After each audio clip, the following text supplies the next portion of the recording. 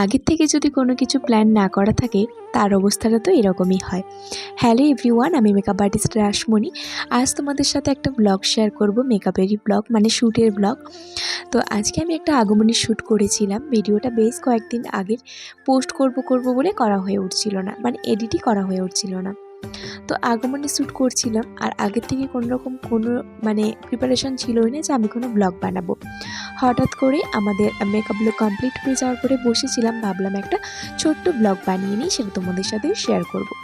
Photographer দাদা যেহেতু আসতে দেরি করছিল, কারণ আমাদের বাড়িতে যেহেতু অনেকটাই ভেতরে, আর দাদা রাস্তা খুঁজে পাচ্ছিল না, তো সেই জন্য আসতে না অনেকটা লেট হয়ে গেছিলো।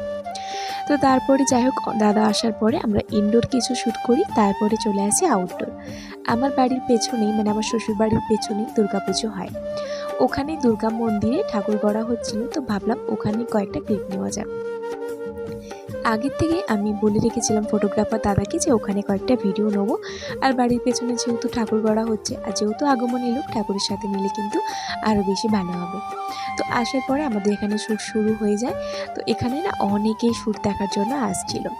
যেহেতু আমার বাড়িটা একদম গ্রামে হয়, আর গ্রামের মানুষ, তাছাড়া আমিও এরকম শ্যুট কিছু হলে কিন্তু আমার দেখতে বেশ ভালোই লাগে। তো যাই হোক, এখানে শ্যুট হচ্ছিল, আর একটা শ্যুটের পেছনে সত্যি অনেক পরিশ্রম করতে হয়। যারা ক্রিয়েটিভ কিছু করে আরও পরিশ্রম করতে হয়। তবে ভিডিওটা তোমাদের সাথে 2-3 মিনিট হয়তো শেয়ার করি, সবটা শেয়ার করা তো পসিবল হয় না, কিন্তু যখন এত কষ্ট করে ভিডিও করার পরে সেটাতে যখন ভিউজ আসে না, সত্যি মনের মধ্যে খুবই খারাপ লাগে। তো ভিউজ আসুক আর না আসুক, আমাদেরকে তো কন্টিনিউ লেগে থাকতে হবে, কারণ এখন সোশ্যাল মিডিয়ার যুগ, আর সোশ্যাল মিডিয়াতেই সব কিছু পোস্ট করতে হবে। তো যাই হোক, এখানে আমার শ্যুট চলছিল, সবাই মিলে আমি বসে বসে শ্যুট দেখছিলাম।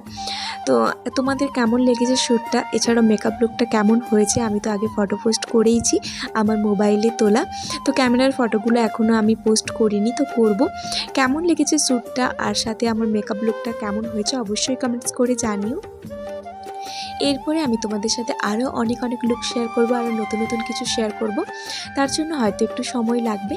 তো আজকের ভিডিওটা কেমন লেগেছে অবশ্যই কমেন্টস করে জানিও। তো চলো তোমাদের সাথে আরও কয়েকটা জিনিস শেয়ার করি। একটা ভিডিও শ্যুট করতে কিন্তু প্রপার ড্রেস, জুয়েলারি, ফটোগ্রাফার সমস্ত কিছুর দরকার হয়, একটা ভালো সেটআপেরও দরকার হয়। আজকে যে আমি শ্যুট করেছিলাম ওটা কিন্তু আমার বাড়িতেই শ্যুট করেছিলাম, আমার একটা ব্যাকগ্রাউন্ড রয়েছে, তো ওটাতেই আমি মোটামুটি একটা শ্যুট করেছিলাম। ড্রেস, জুয়েলারি এগুলো কিন্তু আমার নিজেরই, কারণ সবসময় সব কিছুতে রেন্ট নিয়ে কিন্তু লুক ক্রিয়েট করাটা পসিবল হয় না, কারণ রেন্ট নিতে গেলেও কিন্তু অনেকটা বাজেট পড়ে যায়।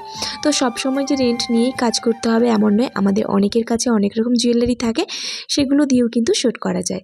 আজকের ভিডিওটা কেমন লেগেছে অবশ্যই কমেন্টস করে জানিও। দেখা হচ্ছে নেক্সট ভিডিওতে।